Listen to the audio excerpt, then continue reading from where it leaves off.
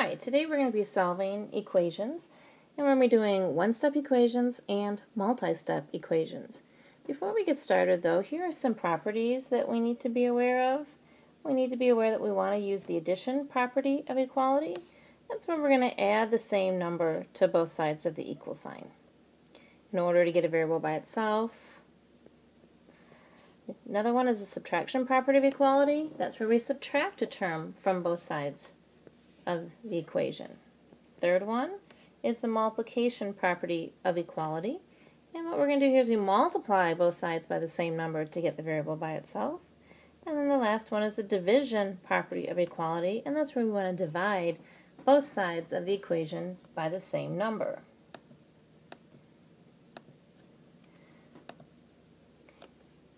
One of the other things that we're going to be doing, our goal always is the same. Our goal in all equations is always to get the variable by itself. To do this, how we're going to do this is by using the properties of equality. And one of the things that we have to remember is that always start with addition or subtraction property of equality, as we always want to get the term with the variable by itself first. Okay, to solve one-step equations, that's the first thing we're going to be taking a look at. Problem number 1. We want to identify where our variable is. Here's my variable m. Well, what's with the m that I don't want? Well, what's with the m that I don't want is this plus 11. So I need to undo that. I do the inverse. The inverse of plus is minus. I'm going to do minus 11 on both sides of the equal sign. Because what you do to one side of the equal sign, you have to do the other side. So I have negative 30 minus 11 is negative 41 equals m, and then these turn into 0, so I have m plus 0. What I get right here, this is called my solution. Okay, whoops, didn't look like solution. Solution is your answer to your equation. Now we can always check this. You can check any equation to see if you have the right answer by taking that original equation, wherever you see the variable, replace it with your solution. And then do the math to show that both sides really do equal each other. So if negative 41 plus 11 would be negative 30. Okay, now if you don't get the same number on both sides in the check work here, that means that you did something wrong up in the equation and you need to go back and double check your work. Let's take a look at another example. Another example is n minus 12 equals negative 1. Well, to get our variable n by itself, what we want to do is we want to undo this minus 12. So we want to add 12 to both sides. So I have n equals, and negative 1 plus 12 is going to give me 11. What did I say this was called? This was called our solution. Okay. Let's take a look at another equation. Oops. Okay, number 3 here. I need to identify where my variable is. Well, I have x divided by 4 is equal to negative 7. This fraction bar right here means division. So to undo division, I need to multiply. And I'm going to multiply both sides, and I'm going to use parentheses to represent the multiplication by whatever x is being divided by 4. So I'm going to put 4 in here. Multiply both sides by 4. So I'm doing the multiplication property.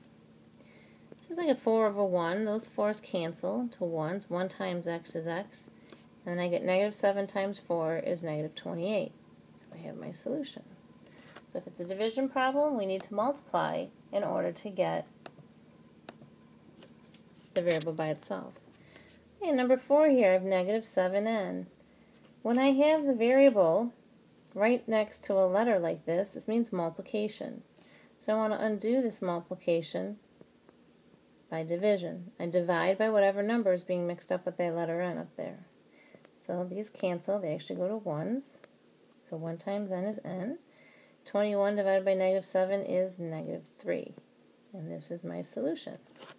Okay, these were one-step equations. We only had to do one thing and we could get the variable all by itself.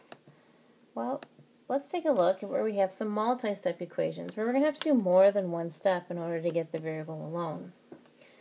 And we also want to justify our steps here, along with showing our work. And number 5, 4x plus 6 is equal to 30. Well, here's the term with the x. What I want to do is I got to get that alone first. Always undo addition or subtraction first. So I have this plus 6, so I'm minusing 6 from both sides. Okay, I'm going to do the subtraction property of equality. Okay, those 6's are going to cancel, leaving me with 4x equals 24. And now to get this x by itself, I'm going to divide. I want to undo that multiplication, so I divide both sides by 4. So I'm applying the division property of equality. And I have x is equal to 6. Now I can check this, like I can any other problem, to see if I'm on the right track, my solution is correct. So my check work would involve me going back to the original equation, 4x, but in place of x, I want to put my answer, 6, my solution, plus 6 is supposed to equal 30. 4 times 6 is 24, plus 6. Do both sides really are equal to 30? Yep, it's true, so our solution over here is correct. Remember, if your check work doesn't work out, the problem most likely is in the equation. You solved something wrong, maybe you added wrong or subtracted wrong, so make sure you double check that. Here's another example of a multi-step equation. Negative 2x minus 12 is equal to 32. What I'd like to do is always undo that minus 12 first. I want to add 12 to both sides. So I'm going to be applying the addition property of equality. That's going to give me the negative 2x is equal to 44. Now, to undo this negative 2 times x, I want to divide both sides by negative 2. Make sure that that number in front of x, the coefficient on x, if it's negative, make sure that you're dividing by a negative. Otherwise, you're not getting x completely alone here. Okay, this was using the division property of equality. And 44 divided by negative 2 is negative 22. Okay. Remember, this is called our solution. So this only required 2 steps, but it's still a multi-step, it requires more than one. Okay, let's take a look at another one. Let's take a look at number 7 here. I have 1/3 x minus 7 is equal to negative 32. Well, got to undo this minus 7 first, because we always undo addition or subtraction first. Then I'm going to be using my addition property of equality. Oops, can't, right. And I'm going to have 1/3 x, those go to 0, is equal to a negative 25. Well, to undo this 1/3 x, I'm going to multiply both sides by 3. And that's like having 3 over 1, so those 3's cancel. Multiply by the reciprocal to get rid of a fraction. The x is involved with a fraction. I get negative 75. Okay, I'm multiplying both sides by 3. I could call that the multiplication property. But this one could be considered division, because when you divide by 1/3, that's the same thing as multiplying by 3. So division property of equality. What I'd really like you to remember on this one is to get rid of a fraction,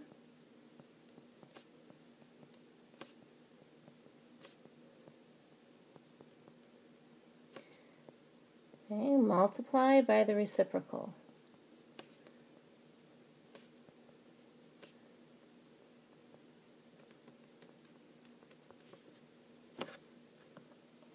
Okay, so let's take a look at our last example. There we go. Okay, well, let's see. Look where our variable is. It's wrapped up in the second term, and it's behind this minus sign. So the first thing I'm going to get rid of is what's out front, and that's an 8. I want to subtract 8 from both sides. So So these x's are going to cancel. We'll be left with the negative x over 2 is equal to a negative 18. Now, what I did here is I used my subtraction property of equality. And to get this x by itself, it's got this divided by 2 going on, but it also has a negative. The inverse of dividing is multiplication. So I'm going to multiply both sides by 2, but I'm going to put that negative on it. So I can get rid of both the negative and the 2 that's attached to the x. That's like having it over 1. Let's cancel. X is equal to negative 18 times a negative 2 is a positive 36. So this would be my solution. But before we walk away, let's do a little check just to make sure that it works. Okay, I'm going to have 8 minus, there's a fraction bar, but on top I need a 36. On the bottom I need a 2, and then those together should produce the same number on the other side, which is negative 10. Well, let's see, 8 minus 36 divided by 2 is 18. 8 minus 18 is a negative 10. Okay, both sides really do equal one another, so that is my solution. Well, the only other thing that I forgot to do is I forgot to tell you that right here I was using the multiplication property of equality. Okay.